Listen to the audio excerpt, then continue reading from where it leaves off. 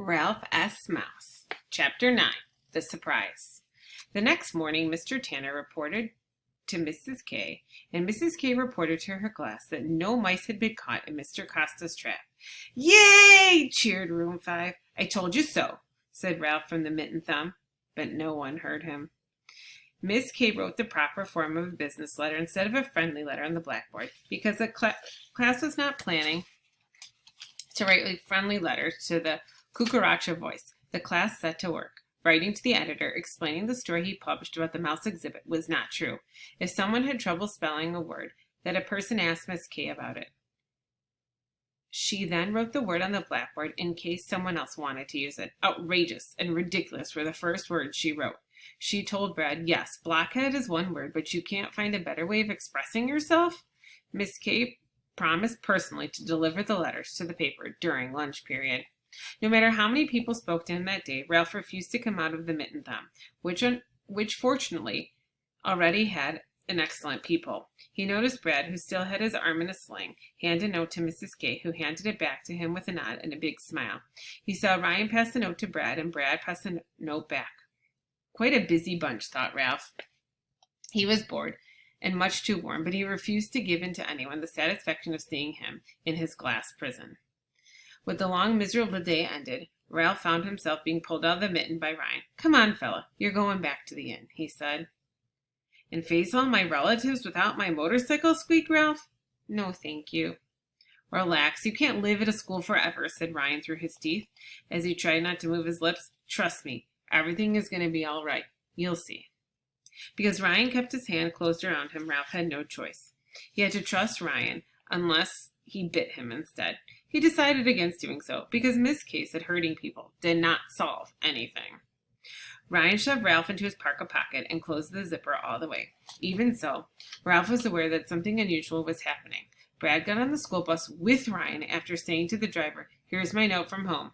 The two boys sat together. "Have you got it?" asked Ryan. "Yup," answered Brad. "Right here in my pocket."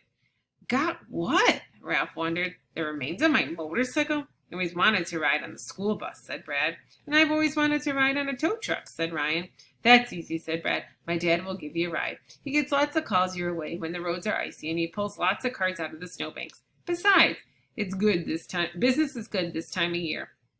"I'll ask the cook if you can stay for dinner," said Ryan. "Wow, dinner in a hotel?" Brad was impressed. "We'll have to eat in the kitchen," Ryan exclaimed.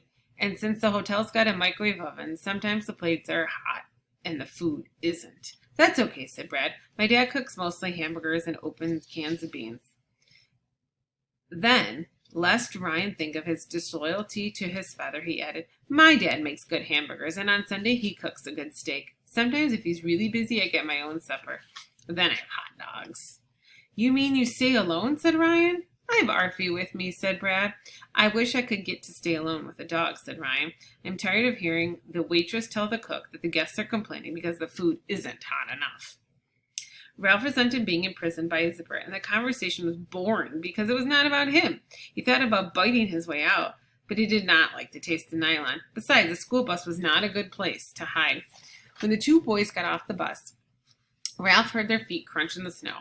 The inn was a higher altitude than the town of Cucaracha, and the snow lasted longer. Then he heard their feet stamp up the steps, scratch on the doormat, and enter the lobby. The old clock was still managing its familiar slow tick-tock. To Ralph, it sounded like an old friend. "Hello there, boys," said Ralph's protector. "Matt!" "Ryan, I'm glad to see you have a friend." So Matt had not lost his job after all. Then, as Ralph had hoped, the little mice must have moved upstairs where they would be able to taunt him about losing his motorcycle. Feeling more cheerful, Ralph began to jump around the slippery pocket. "Let me out," he demanded. Ryan unzipped his pocket and lifted Ralph out, but held on to him.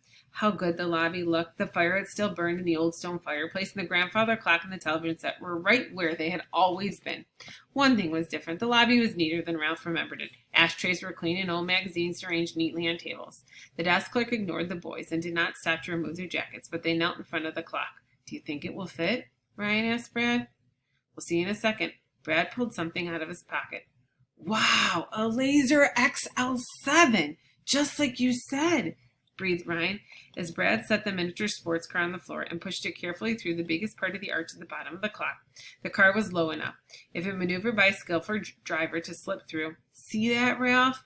Ralph had seen it all right. The sleek, mouse-sized car with the wire-spoke wheels and knockoff hubcaps painted silver gray, the right color for whizzing unnoticed through shadows. The broad, thick tires would stand up in the rough surface of carpets and make a wide splash through puddles. The doors did not open, but the windows were big enough for a nimble mouse to climb through. And after all, racing car drivers did not open doors. Ralph was squeakless at such a sight of a beautiful sports car. Why, with a car like that, he would no longer have to hang out his tail to keep it from tangling in the spokes. He could just hop in it and take off. And there's a picture of the boys in front of the clock and the car. Come on, let's see you drive it. Ryan set Ralph down beside the little Laser XL7. He could drive it. He'd show them. Ralph slipped through the window in the bucket seat. He made sure his tail was safely inside, gasped the wheel, took a deep breath, and went put, put, put. The car did not move. Some noisy skiers came in from the outdoors, but paid no attention to the kneeling boys as they crossed the lobby. The boys crouched behind the couch until they had gone. Silly, said Ryan. That's your motorcycle noise. You've got to make a sports car noise to make a sports car move. Stupid of me, admitted Ralph, who had been too excited to think straight.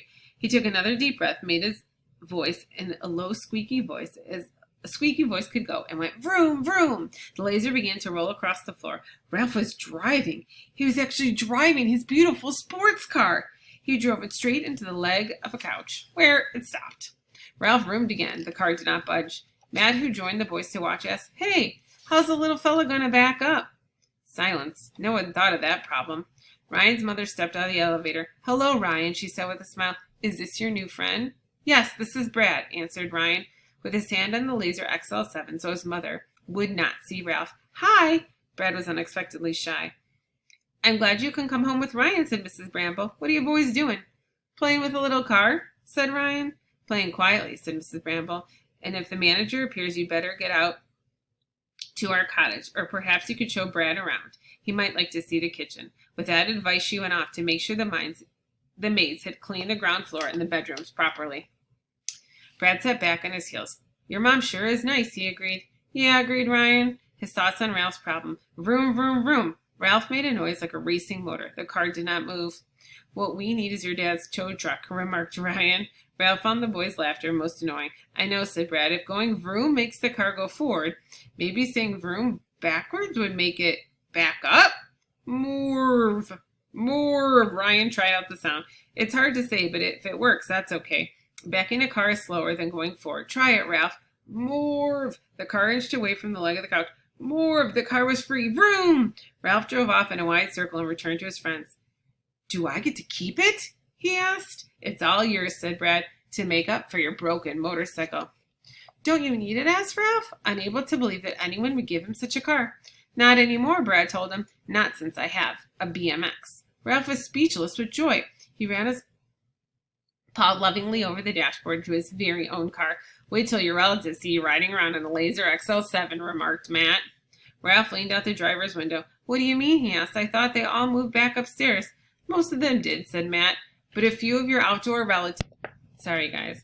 Most of them did, said Matt, but a few of your outdoor relatives still hang around, hoping you'll bring that motorcycle back. Just my luck, thought Ralph. That rowdy bunch. There was the sound of someone stamping snow boots off on the outside of the entrance of the inn.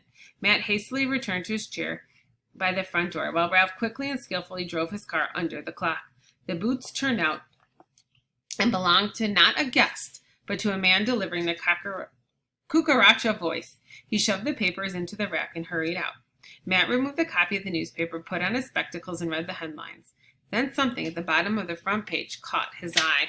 And there's a picture of Matt reading.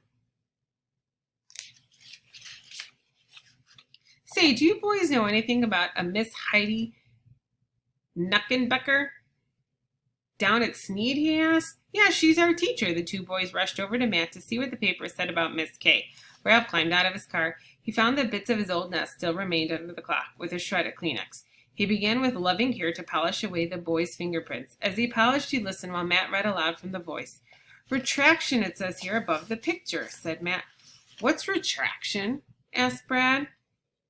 It means that they take back something they said, explained Matt. They should, said Brad. Hey, look, said Ryan. There's a picture of our class. What else does it say? Matt read, the editors of the Cucaracha Voice regret a misleading story published in Saturday's edition concerning Miss Heidi Kuchenbecker's class at Irwin J. Sneed Elementary. I don't know how to pronounce her name. Ralph stopped polishing. Maybe the paper would say something about him. Matt continued. After a thorough investigation, Superintendent Clyde R. Crossman has cleared Sneed of charges of mouse infestation. Mrs. K's pupils have informed the editor the mouse exhibit in her classroom was not captured as reported, but was instead a pet of Ryan Bramble, a member of the class. Ralph was insulted. He's no one's pet, not Ryan's, not anyone's. Hey, Ryan, you got your name in the paper. Brad was excited for his friend. Wait, there's more, said Matt. Miss K reports that she and her class learned so much from having a mouse in the classroom. How about that, thought Ralph. I guess I taught them a thing or two.